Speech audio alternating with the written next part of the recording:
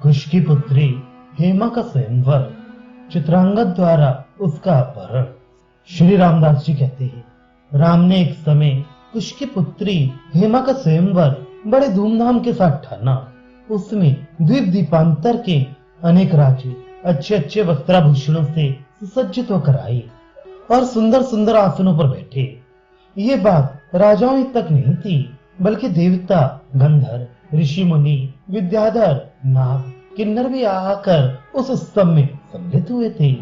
इन सबके आ जाने पर एक स्वर्ण की पालकी में बैठी सुमुखी सुंदरी हेमा हाथों में नवरत्नों से बनी माला लिए वहां आ पहुंची।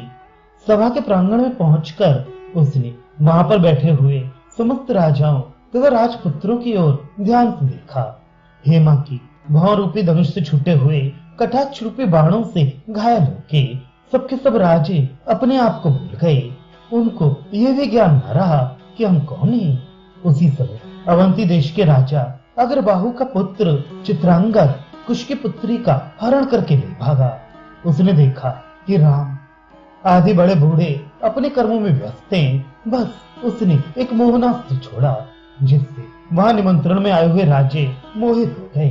तब वह स्वर्ण के समान तेजस्विनी हेमा को रथ पर बिठाकर भगा ले गया और वहां से एक कोस की दूरी पर जाकर रुका। उसने अपने मन में सोचा कि चोरों की तरह हेमा को लेकर भाग जाना ठीक नहीं है, इसलिए वहां वो ठहर गया। उधर सारी पुरी में यह हाहाकार मच गया कि राजा उग्रबाहु का पुत्र चित्रांगद हेमा का हरण करके ले गया। चित्रांगद के द्वारा मोहनास्त्र का संवरण हो जाने पर सब राजे होश में आकर उठे और अपनी अपनी सेना लेकर क्रोध से लाल लाल आंखें किए अयोध्या से बाहर निकले। वहां पर ही बैठा हुआ राजा उग्रबाहु अपने पुत्र का कौतुक देख रहा था। उसी समय सब राजे चित्रांगद के पास पहुंचे और उसका रथ चारों ओर से घेर कर शस्त्रों की वर्षा करने लगे। तब चित्रांगद ने वायव्यास्त्र चलाया, जिससे सब राजे अपनी सेना तथा वाहन के साथ आकाश मंडल में उड़ने लगे। इसके अनंतर राम की आज्ञा से लव आदि सातों बेटे नगर से निकल पड़े। उनके अतिरिक्त उस समय आए हुए राजकुमार भी अपनी अपनी सेना लेकर लड़ने को चल दिए। उस समय चित्रांगद के साथ रोंगटे खड़े कर देने वाला तुमुल युद्ध होने लगा। रघुवंश के वो बालक चित्रांगद पर विविध प्रकार के अस्त्र शस्त्र चलाने लगे। अपने बाणों से प्रहार बचाते हुए चित्रांगद ने अपने शस्त्रों से क्षणभर में युग केतु का रथ ध्वस्त कर डाला। उस वीर बालक ने थोड़ी ही देर में सुबाहु, पुष्कर, तक्ष, चित्रकेतु तथा अंगद को भी विरत कर दिया। इस कौतुक को देखकर लव ने समझ लिया कि यह सब चमत्कार उसकी तपस्या का है। ये विचार कर लव ने अपनी बाण वर्षा से चित्रांगद के उस उत्तम धनुष को काट डाला और इतनी शीघ्रता से बाण वर्षा की कि चित्रांगद व्याकुल हो गया।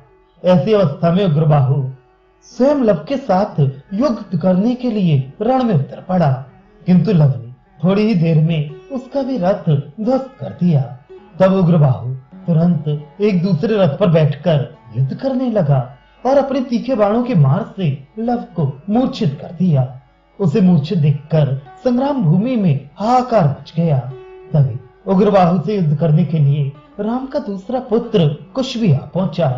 कुश को आया देखकर वे अंगद आदि रघुवंशी राजकुमार रथों पर बैठकर उत्साह पूर्वक उग्रबाहु से युद्ध करने लगे, किंतु उग्रबाहु ने अपने युद्ध कौशल से थोड़ी ही देर में अंगद आदि सभी राजकुमारों के रथों को नष्ट कर डाला। उधर अपने भ्राताओं पर प्रहार करते देखकर कुश ने उग्रबाहु को क्षण भर में विरत कर दिया और उसका धनुष काट डाला। उग्रबाहु उस समय आश्चर्य के साथ व्यग्र उठा। तब कुश ने झटपट उन बाप बेटे को बंदी बना लिया और अपनी विजय दुंदुभी बजवा दी। चित्रांगद तथा उग्रबाहु को अपने साथ लेकर कुश रामचंद्र जी के सामने गए। वहां पहुंचने पर उग्रबाहु को अपना मित्र समझकर राम ने छुड़ा दिया और विजय कुश को अगस्त ऋषि के समक्ष अगस्त का ही दिया हुआ कंगन दिया। उस कंगन के पहनने से कुश की शोभा और भी बढ़ गई।